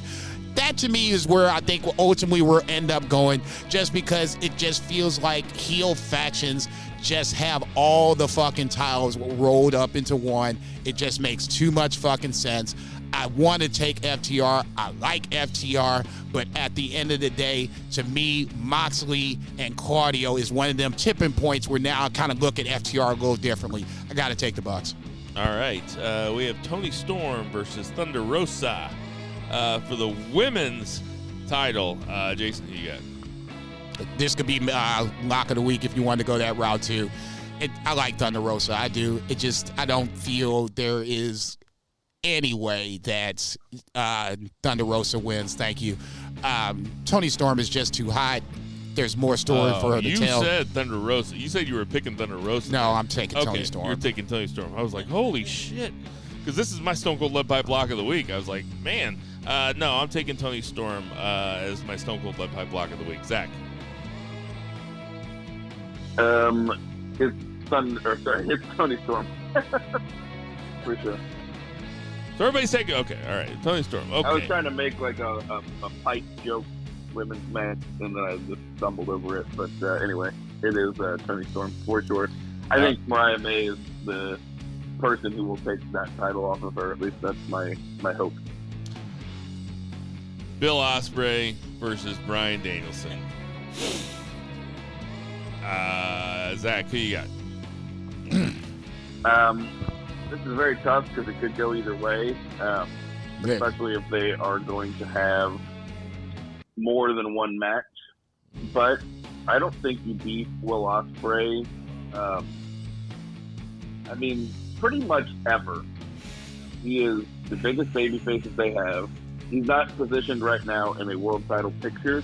That's obviously like Swerve is the biggest babyface, like going for a title, but he's a bigger star and a bigger deal than Swerve, and spoiler alert, still think Swerve's going to win on Sunday. I don't think you beat Ospreay until he loses the title that he will eventually win. I'm going with Will Ospreay forever and a day. Jason. Son of a bitch. God, I dreaded this day, this moment all day long. Danielson doesn't benefit by winning. Danielson has done it all. This is we're building Will Ospreay. So just on that thought process, I'm going to take Ospreay just because there's no benefit, at least in my mind, for Danielson to win. Is he going to be AEW champion? I don't think so at this point. He's talking about retirement, and you got Will Ospreay in your hand, one of the highest guys in wrestling. You can't fuck this up, can't fumble it, and this is not the time to do it. Even if you wanted to go a best of three, Will Ospreay has to win this first one. This is a real. This would be a real blunder if they have Danielson go over. Will Ospreay should go over. Don't fart around with this guy. Don't fucking give him a loss this early. Just fucking shoot him up the card. Don't fart around with him. Please. Around him, near him. He's like, Bill's out here waving his fist at clouds. Just fucking send him up to the top of the card, give him the belt. It's easy. So I'm taking Will Ospreay. And then finally for the heavyweight championship, we have Samoa Joe versus Swerve Strickland. My turn to go first. I'm taking Swerve. Now's the time. The time is now. If you don't do it now, you just might as well never do it. Jason, who you got? You said everything I think about Swerve. A loss here is not good. It's not catastrophic, but it's not the way to go. I'm going to take Swerve against my better judgment. I wouldn't be surprised to see Joe win. Zach. I think it's Swerve. Man, that jump off the top rope onto those shoulders of those guys, I Negro, can't believe please. he even tried that the week of, it was on the Go Home show. That was a great way to break an ankle. Adam Cole's been out forever because he hopped off the ramp a little bit weird. Thank you. And Swerve's so I'm gonna jump. I'm gonna land on top of you guys, but not in a normal way like we would normally do it. I'm gonna land on you guys with my feet, and then I'm gonna land like a superhero, and it's gonna look bad. And that's what happened. Yeah, okay, brother. What, so you want me to stand right here, right? Man, what would they have done? Who would they have had face Samoa Joe? Moxley. Garcia. Yeah. Actually, probably Garcia, yeah. Matt Menard. You could. I would. Damn. Your boy Matt Menard. I don't think you. If you had to do it, you would have to take away. You would have to take away somebody else from another card to make that match. Danielson, Ospreay, and this is just me just throwing names out there that would be physically in the building at that point. From there, Orange Cassidy. I mean, yeah, that's probably a good pick. Yeah, okay. If you had to, obviously, that's going on the assumption that he's in the building. Let's say Wardlow. Okay, that's what I was going to say. Once again, assumption he's in the building, and we have a reason to do this again. That would be a... They would let Wardlow do it, but they'd make him pay for his own airfare. Stop, motherfucker. God damn, dude. That's horrible. That's horrible. Okay. If it happened on Wednesday, then yeah, Orange Cassidy would be in play. I wouldn't have a problem with the Orange Cassidy, Samoa Joe, makeshift title match at that point. But to me, you got one or two guys for sure, and then anybody else would be a surprise. Dalton Castle, please. I just want to see him suplex Samoa Joe. Good luck with that, motherfucker. No, actually, you probably able to do it. So we are going to be in the building on Sunday for this. It'll be my first AEW pay-per-view. Be my first AEW live event. What match are you looking forward to the most? Because go ahead, Three Bears. Shit, you. Mine is Ospreay Danielson. Obviously, 100%. That's the reason I'm flying. That's it. But like, I didn't know anything else. you went on That that was the long one that soliloquy, though, about FTR and the Young Bucks. Yeah, but that was just under, like, I mean, like, in my head, like, legitimately, I've probably said it before. I don't know if I've said it on the podcast, but, like, I know I've said it to you guys. Like, Danielson versus Ospreay is going to be the best match I've ever seen live. If it's not the best match I've ever seen in my life, period. That's the expectations that I have for this match, and I'm expecting them to deliver. And that's not even me being like, oh, if it's like 4.75, it sucks. Like, I just think they're going to fucking blow it out. I think it's going to be awesome. And if it's not amazing, I'd just be surprised if it's not a great match. I'm like speaking in hyperbole, but I really would be surprised if it's not just a great match. For like a straight year, Ospreay has given everybody that he's fought against their best match of the year. And now he's going against Bryan Danielson, the best to ever do it. You know, it's going to be fucking insane. I'm very much looking forward to it. I'm just going to bring up you saying to me that I should temper expectations when Okada Danielson came around the first time. And I was super, super hype about it. And you were just like, no, just chill out, man. It might be, it might be a disappointment. It might be a disappointment. So now, I don't know, like a year-ish later, you're basically telling me this has the possibility of being the greatest match of all time, arguably. That's a possibility. No. I know. I'm talking to this motherfucker right here. Yeah, it's a possibility. He cocked his leg up. Yeah, but I probably said that. I probably said that about Danielson and Okada though too. You did, and not as nearly as much as the first one. The first one, I was like, I'm ready for this match, so hype, and you were just like, well, you need to lower the expectations a little bit. It's just because Danielson texted him, and he texted Bill, and he said, "I'm gonna fake a seizure." He walked over to my expectation, little fire was like, let me take care of that for you. Cocked his leg up and pissed on it. Okay, so you're just trying to temper my expectations. Not at all, motherfucker. No, not at all. I'm good. Can I say what my thought was when you said that? Is like, yeah, I'm probably looking forward to Ospreay more than I would look forward to Okada. That's fine. That is totally fine. All I would say was this. Basically, I'm saying peak Ospreay is better than peak Okada. Yikes. That's a hottish take. I think you're right. Have we seen peak Ospreay yet, though? That's another thing. I don't think we have. Well, if we're not living through it, then hell yes. We're in the moment. I was getting ready to say, if this is not peak, then I'm scared to see what peak truly is. Obviously, this is going to be an amazing match. Unless something fluky happens that we don't see, injury or otherwise. Will Ospreay's out there having fucking amazing 14-minute matches with Kyle Fletcher on fucking television.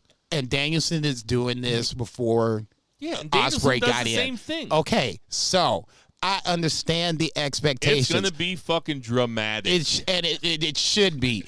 God forbid if it's not, it might be a smidge of a disappointment. I don't think it will be because I just expect both guys to come in ready to go. I don't think they're going to be wrestling over the weekend. That would probably be the smart thing to do because everybody's looking forward to this match. There's Samoa Joe swerve. Yeah, I want to see that. I want to see Okada come back in because people just don't get to see Okada, and I think you'll be one of the ones to be amazed how big of a pop Okada gets because it's a big fucking deal. I think they need to put a match, and they don't really do this, but they need to put a match in between Danielson and Ospreay and Swerve and Joe. Yeah. Because they do that. They do that pretty often, actually. They've done it before. I know they've done it before. They do it. New Japan doesn't do it, but they do it. It's actually something that I argue against. I don't think they need to do it. I would actually argue against it. I think a card should ramp up an expectation, just like a fight night. It should just keep getting better until it doesn't, and then you got to come down. I agree. All right. I mean, Zach, they're just giving you a chance to change your underwear.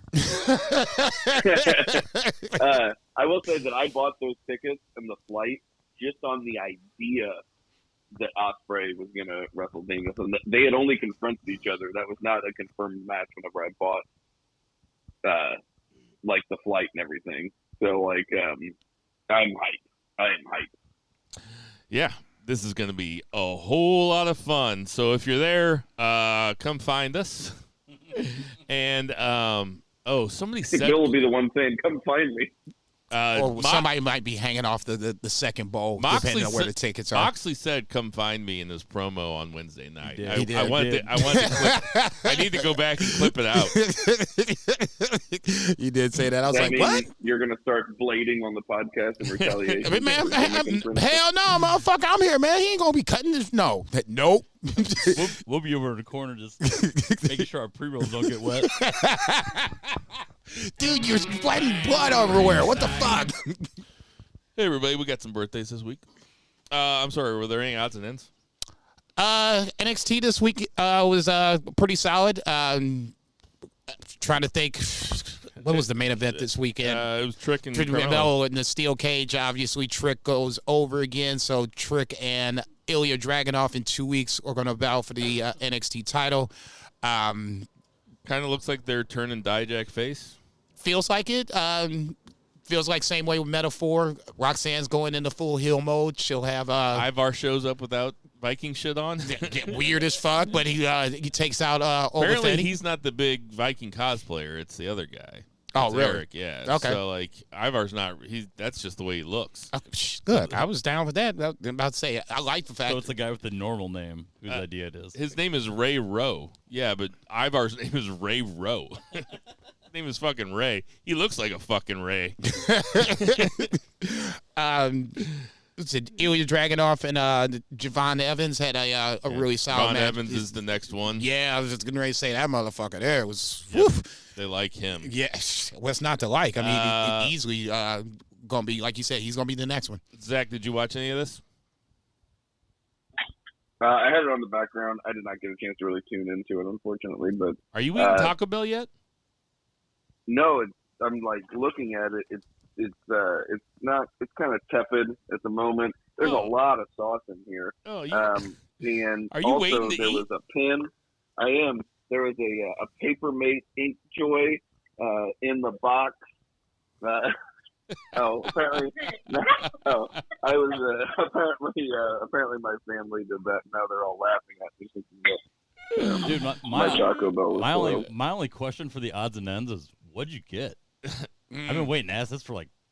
So this is what I was like texting about because the online exclusive Crave box. I got a Crunchwrap Supreme. I got a beefy 5-layer burrito. I got cheesy potatoes and a Baja Blast, all for $5. You want that route? $5 USD. No tax. Oregon, no state sales tax. $5 flat. Ladies and gentlemen, Taco Bell, not a sponsor. Hey, everybody, we got some birthdays this week. The Brooklyn Brawler is 63. Kurt Hawkins, otherwise known as Brian Myers. Yes, sir. 39. Bruce the Barber Beefcake. Saw him at Starcade that one time. He's 67. You looked every bit of it. Nikki Cross is 35. Hope she's okay. Ezekiel Jackson, speaking of hoping they're okay. Stop. Ezekiel Jackson, 46. So if like, if Serena Deeb is like on the fry side, where is Ezekiel Jackson in the order of back of the house employees? Nah, who's here for carryout? Who's here for carryout? He's washing dishes. Nah, he's washing dishes. Ezekiel Jackson was like Shane Taylor 1.0 to where like he came out kind of fucked up and like Chuck Taylor, the aforementioned, was 38. I'm sorry, Ezekiel. Tony Atlas is 80, or would have been 80. Terry Gordy, R.I.P. 63. John Cena is 47. Dijak, the aforementioned friend of me of the show, is 37. Britt Breaker is 33, and Moose is 40. Thomas Miller. Shout out to Thomas Miller, one of my oldest friends from kindergarten, 44. For my beautiful family inside. Check. For Joey O'Farrell. Check. For Lucha Chris. Check. For Murray the Murray Man Murray. Check. For Patriot Pat. There you go. For Check. Brett Jagger. Check. For Vice. Check. For 2 Beers, Zach Pullman. Check. For Jason Cornelius Bell. Kaditwa bitches. I am Bill Veggie. Check. Black Lives Matter. Check. Support your local weed dealers. Check. Support your local restaurants. Check. Give your parents a call. Double check. We'll see you Sunday at Triple AEW check, Dynasty, baby. And never, ever forget to boo the heels. Boo, bitch.